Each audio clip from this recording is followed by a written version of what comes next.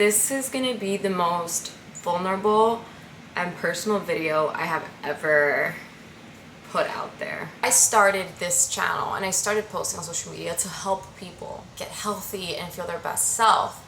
And as I've come to realize, especially during these last few years, health and fitness is not just about how you look or how you physically feel.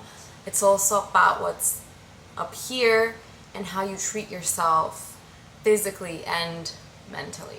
This video can help just one person and help one person feel less alone in what they're going through, then it's worth it. It's worth me getting over this fear of being vulnerable, just putting myself out there. Okay, so usually when I make videos on YouTube, I have like a whole script planned. Not script, but like certain talking points. I literally I grab the camera and I press record. I didn't pre-plan anything I'm gonna say, so this is just gonna be me speaking from the heart, talking about my experience. Hopefully it's not too much of a mess. If you're a long time follower, especially like on Instagram, but also on YouTube, you may have noticed that recently I have been posting a bit less than usual, sharing less on social media. I mean, it's a long story. If I get emotional talking about this, just ignore me because it's just been a lot in my life. Okay. It's too early for this shit. Come on. Keep it together. Keep it together. In 2021, I started having panic attacks, and I did share a little bit about my experience on Instagram, but I feel like I never really shared like the full story of everything I've been going through. And I do want to make a whole separate video on my experience with panic attacks, anxiety, because there's a lot of like really good resources I want to share with you guys. And I also want to talk about how I started therapy and how I found my therapist and how I've been getting better.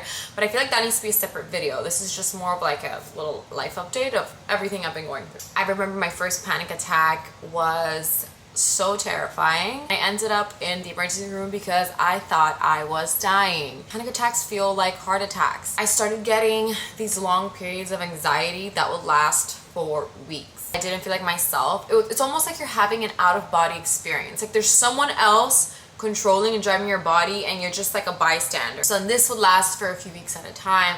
And then I would get out of it and I would feel like myself for a few weeks. Ever since I started having this anxiety, it never felt the same again.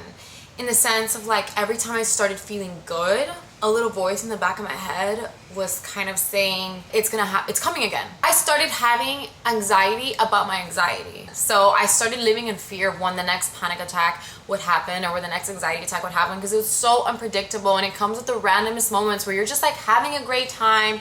You're not really stressed or worried about anything. Just boom, it hits you and you're like, what the f? Even the good times were kind of being sabotaged by this fear and expectation that it's too good to be true, like things are going too well. When's the next one gonna happen? 2020 was a pretty crazy year for both Johnny and I.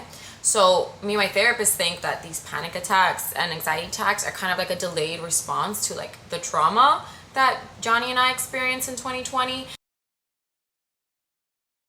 A lot of the times these anxiety and panic attacks can turn into a form of depression because your body's like in fight or flight. It's activated for such a long time that afterwards there's like a balancing act that your body does and it brings you low instead of keeping you high. So the last few months especially, I've just been really struggling with finding the desire to do anything, really. Not even gonna call it a motivation. I know motivation is fleeting, but just finding the strength to like get out of bed sometimes has been really hard.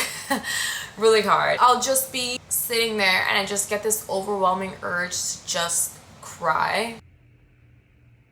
I've really been feeling like myself for such a long time.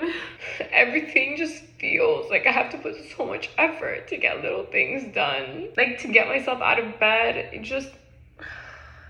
when I started this channel, I was so driven by wanting to help people, and for me it was simple. I still logically in my brain know that that's what I want to do, but there's just like this numbness that has just taken over, and it's so hard to get myself excited to do anything. And I still post like on my fitness page and here on YouTube, but I do it out of a sense of duty because I know I have an audience like waiting for me and expecting content out of me, but I've been having such a hard time like feeling it. I went on a long trip to Greece for like 3 weeks, and during this time I was really disconnected from my phone, and it felt so good to not be on social media that when I came back and I had to start posting again, I was filled with this like dread about posting and being on social media again. And for a long time I wanted to keep this to myself because I felt like my content has always been to make people feel good about themselves. You know, I don't want to bring anyone down. I don't want to be a Debbie Downer. I just want to spread positive vibes. But then I realized I'm contributing to the problem by doing that. I fell into the trap of feeling like since I felt those things, I was somehow less worthy. There was something wrong with me. There was something broken with me. The voice in my brain that's telling me like you're just being ungrateful, like you're taking it all for granted.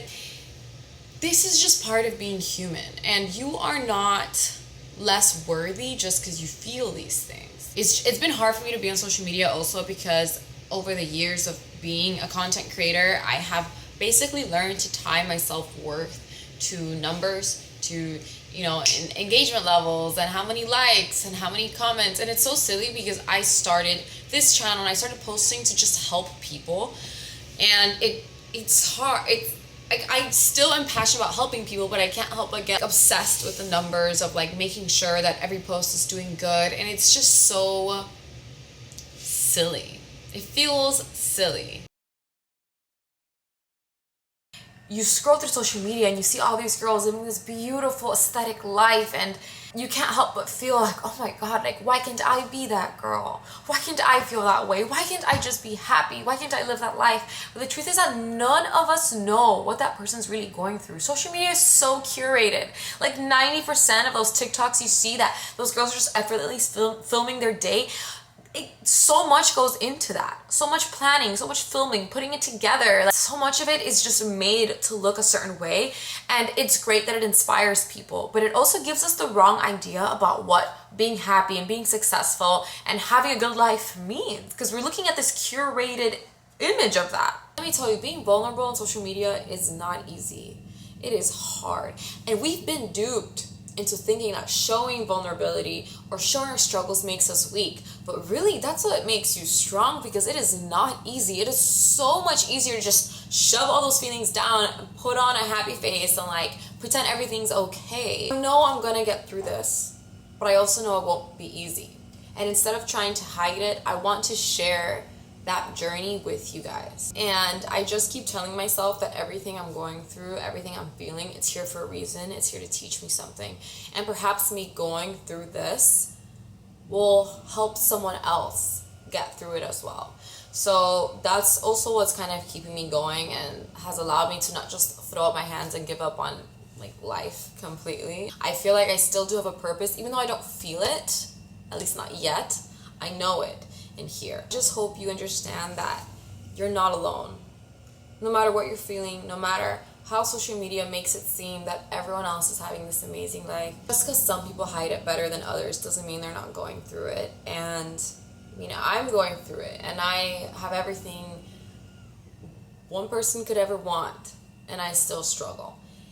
So I hope that by opening up about it and talking about it and just normalizing these feelings that we have, it'll be the first step towards moving forward, getting out of this hole, getting out of this funk, or whatever you want to call it.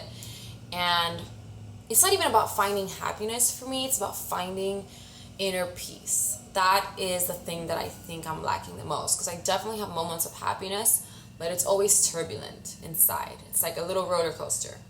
So I'm hoping I can find my inner peace, and by sharing my journey, help you find a little bit of yours. If there's anything you want me to make a video on specifically, like whether it's therapy or certain things I do for my anxiety, like I'm gonna make a more in-depth video on panic attacks and anxiety. I might even do a Q&A like on Instagram, like for people to ask specific questions so I can answer them. So make sure you follow along on Instagram for that. Thank you guys so much for hanging out with me, having this little chat. And just remember that I'm here for you, and whatever it is you're going through, we're going to get through it together. There is always a light at the end of the tunnel. You just have to hold on, be kind and patient to yourself, and we'll come out at the end like champions. Alrighty guys, well, yeah, that's pretty much it. I will see you all at the next video.